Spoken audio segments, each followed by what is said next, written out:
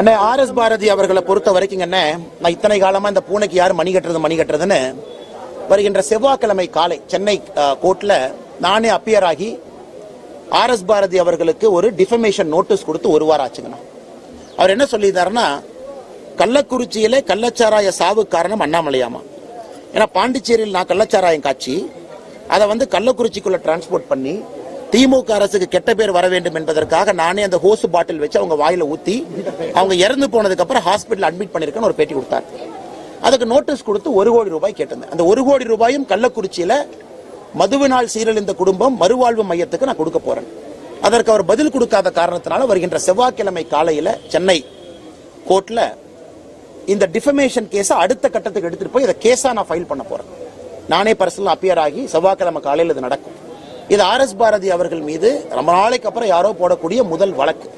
இது எங்க போய் முடியுதுன்னு பாக்கலாங்க. இந்த டிஃபமேஷன் கேஸை லாஜிக்கல் எண்டுக்கு நான் எடுத்துட்டு தான் போறேன். இது விட போறது இல்லை. ஏன்னா இந்த மனுஷனை யாரும் இது செய்யாதனால அடுத்து நான் மைக்கு பிடிச்சு இன்னொன்னு சொல்றாரு, நாய் கூட பிஏ வாங்கலாமா, அந்த பிஏ வாங்கினா மரியாதை இல்லையாமா, நாய் கூட வாங்கலாமா அப்படின்னு இவங்க நினைக்கிறாங்கன்னா இந்த பிஏ வாங்குறது உதயநிதி ஸ்டாலின் மாதிரி அண்ணா யூனிவர்சிட்டிக்கு போகாம எங்கேயோ பரீட்சை எழுதி வாங்குறது, டிகிரியே இல்லாம இவங்க பாட்டு டிகிரி வாங்குறது. இங்க பிஏ படிக்கிறவங்களா கஷ்டப்பட்டு டவுன் பஸ்ல போய் ஏறி இறங்கி வெயில் நடந்து ஏதோ ஒரு ஜெராக்ஸ் கடையில புக்கை ஜெராக்ஸ் போட்டு அதை கஷ்டப்பட்டு படிச்சு அந்த குடும்பத்துல முதல் தலைமுறையா டிகிரி படிச்சு உருண்டு பிறண்டு படிக்கிறவங்க எல்லாம் நாயாமா. ஆனா இவங்க மாதிரி எங்கேயா டிகிரி வாங்கிருக்காங்க யாருக்கு தெரியாது. உதயநிதி ஸ்டாலின் எந்த காலேஜுக்கு போனார் யாருக்கு தெரியாது. அவர் எக்ஸாம் எழுதின யாராச்சும் பாத்தீங்களா யாருக்கு தெரியாது.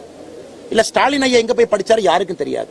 ஆனா இந்த கட்சியை சார்ந்தவர்கள் மேடையில மைக் எடுத்து இந்த மாதிரி பிஇ வாங்கினவங்க நாய். அதனால தொடர்ந்து பேசிட்டே இருக்காங்கண்ணா. இதற்கு ஒரு இடத்துல மணிக்கட்டி ஆகணும். அதனால தான் நான் முடிவு செய்திருக்கின்றேன், இந்த கள்ளக்குறிச்சியில என்னை பற்றி பேசி அவதூறு இன்னைக்கு வழக்காக நான் முன்னெடுக்க போகின்றேன். எப்பவுமே நோட்டீஸ் கொடுப்போம், நோட்டீஸ்க்கு அப்புறம் ஆக்ஷன் எடுக்க மாட்டோம். ஆனா அது வழக்காக செவ்வாய்க்கிழமை மாத்தி கொண்டு போறோங்கண்ணா. ஆமாங்கண்ணா. ஆனா நீங்க பாருங்க, ஒரு காலத்துல மேயர்னா எவ்வளவு மரியாதைங்கண்ணா. இன்னைக்கு இந்த 2 மேயர்ல ஒரு மேயர் கோயம்புத்தூரை சார்ந்த மேயர். எதுக்கு?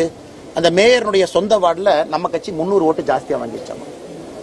காரணம், அந்த மேயருடைய சொந்த வார்டுல நம்ம பிஜேபி நம்ம கட்சிக்காரங்க உழைத்து நம்ம வேட்பாளர் அந்த இடத்துல 300 ஓட்டு அதிகமா வாங்கிட்டாராமா. அந்த ராஜ்குமார வரவட உடனே திமுக ஒரு கோஷ்டி இந்த மேயர் செந்தில் பாலாஜி ஆள், அதனால இவரை தூக்குங்க. எப்படி 300 ஓட்டு இவங்க வாங்கியிருக்கலாம், ஒரு அண்ணாமலைக்கு அவங்க உதவி பண்ணிருப்பாங்களா இப்படின்னு ஒரு புரளி கோயம்புத்தூர். இன்னொரு பக்கம் மேயருடைய கணவர் கரப்ட் அப்படின்னு ஒரு புரளி. இன்னொரு பக்கம் இந்த மேயர் சரியில்லை ஒரு புரளி.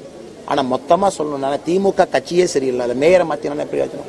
அந்த திருநெல்வேலி மேயர் நீங்க சொன்னீங்கல்ல, இன்னொன்னு திருநெல்வேலி மேயர் அல்ல, அந்த மேயரை நீக்கணும் திமுக காரனே கையெழுத்து போட்டு திமுகவுடைய கவுன்சிலர்ஸே கையெழுத்து போட்டு நீக்கணும் இருக்காங்க. அந்த மேயர் தானே திருநெல்வேலியில வெள்ளம் வந்த போது சேலத்துல போய் பந்தல் போட்டுட்டு இருந்தார், அவர் தானே அது. அதனால் தமிழகத்தை பொறுத்த வரைக்கும் எல்லா மேயரையும் நீக்கிட்டீங்கன்னா நான் நிம்மதியா இருக்கும்.